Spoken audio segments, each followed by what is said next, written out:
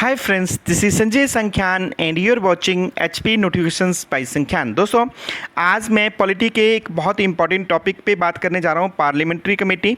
ये कौन कौन सी कमेटीज़ हैं और क्या इनकी वर्किंग रहती है, कौन कौन इसमें मेंबर रहते हैं, कितने इनके मेंबर होंगे, ये सारी चर्चा आज की इस वीडियो में मैं करूँगा।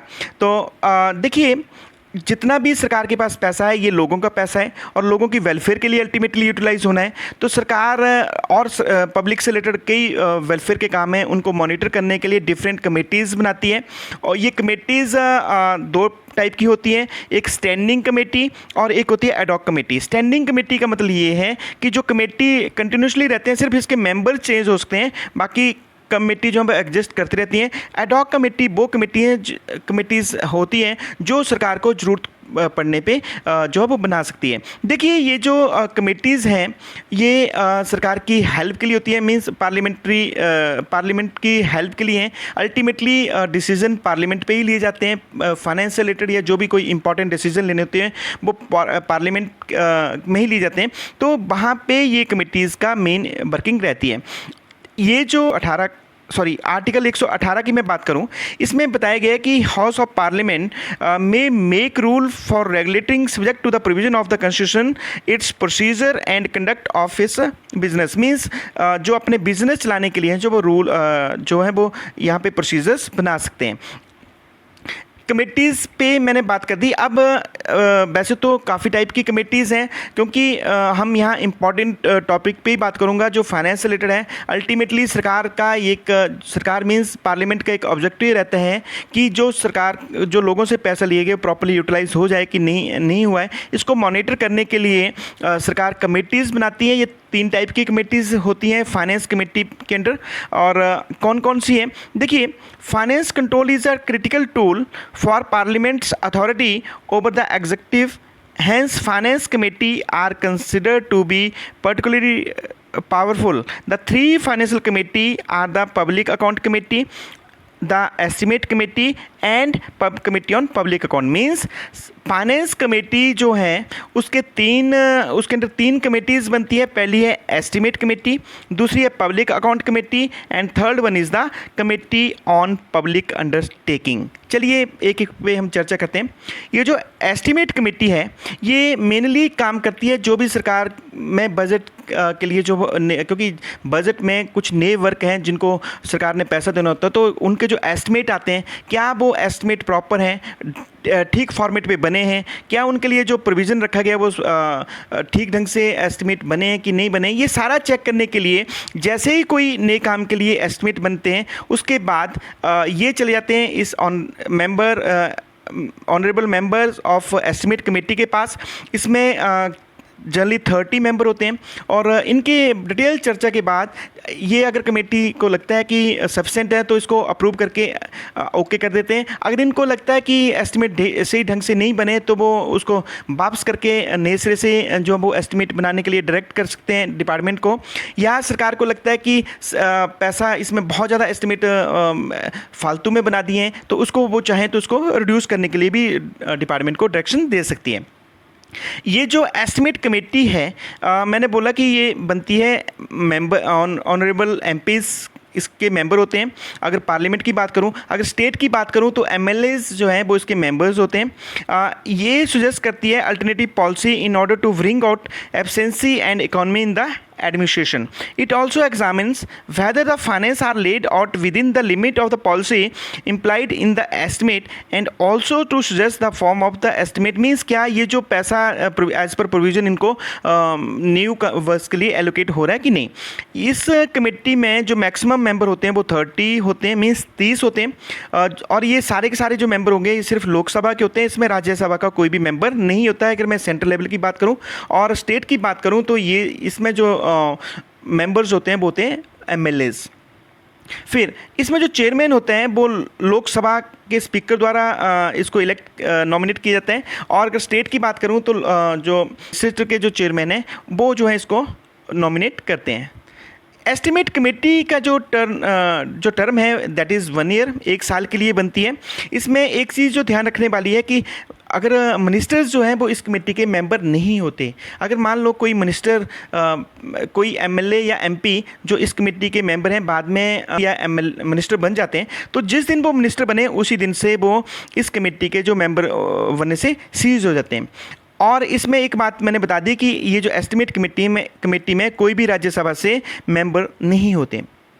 इसकी वर्किंग की अगर मैं बात करूं तो इसका जो मेन काम है ये देखती है economies, improvement in the organisation, efficiency और एडमिनिस्ट्रेटिव रिफॉर्म्स। मीन्स अल्टीमेटली मैंने बता दिया कि क्या ये जो एस्टिमेट के एज पर एस्टिमेट किसी नए काम के लिए जो पैसा दिया जा रहा है कि नई पॉलिसी इंट्रोड्यूस करने के लिए जो एस्टिमेट बने, क्या वो सफिशिएंट है कि नहीं है, ये इसका मेन काम है। फिर अगर उनको लगता है ये जो पॉलिसी है ठीक नहीं है, इसको और कोई अल्टरनेट पॉलिसी होनी चाहिए, उसके बारे में भी चर्चा करती है। क्या ये जो पैसा दिया जा रहा है क्या ये प्रॉपरली ले किया जा रहा है कि नहीं किया जा रहा है एज पर एस्टिमेट फॉर्म।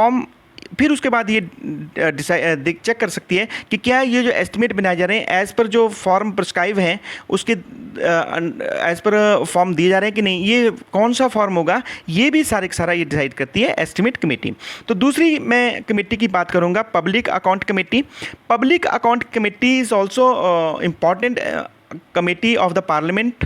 ये फाइनेंस कमेटी से रिलेटेड है और इसमें जो सबसे बड़ी जो मेन बात याद रखने वाली है कि जो जैसे ही देखिए सीएजी ने अपना जो भी ऑडिट उन्होंने किया उसकी रिपोर्ट जो है वो लेजिस्लेचर में रखते हैं और लेजिस्लेचर में रखने से पहले जो है वो क्या करते हैं कि ये जो ऑनरेबल कमेटी है पीएससी की, इसमें जो सारे ऑडिट पैरा से रिलेटेड सारी डिटेल इनके पास जाती है। ये चेक करते हैं कि कौन से पैरे जो मेन हैं जिनके ऊपर इनको एम्फेसिस करना है, और अल्टीमेटली वो क्या करते हैं कि लास्ट में जो कंसर्न डिपार्टमेंट है जिनके जो बहुत जो इनको लगता है जिनके ऊपर एक्शन लिया जाना है, जो मेजर ऑडिट पैरा लगे हैं, तो उनको कंसर्न डिपार्टमेंट के जो सेक्रेटरी हैं उनको अपने पास बुला के उनकी ओरल एग्जामिनेशन करते हैं।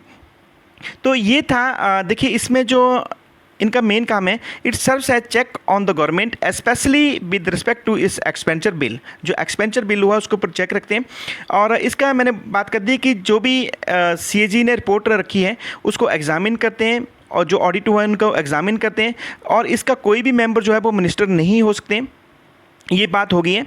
और इसके बाद अगर कोई मेंबर इनका मान लो बाद में मिनिस्टर बन जाते हैं तो मिनिस्टर बनने के बाद जिस दिन वो मिनिस्टर बने उसी दिन से ये सीज कर जाते हैं।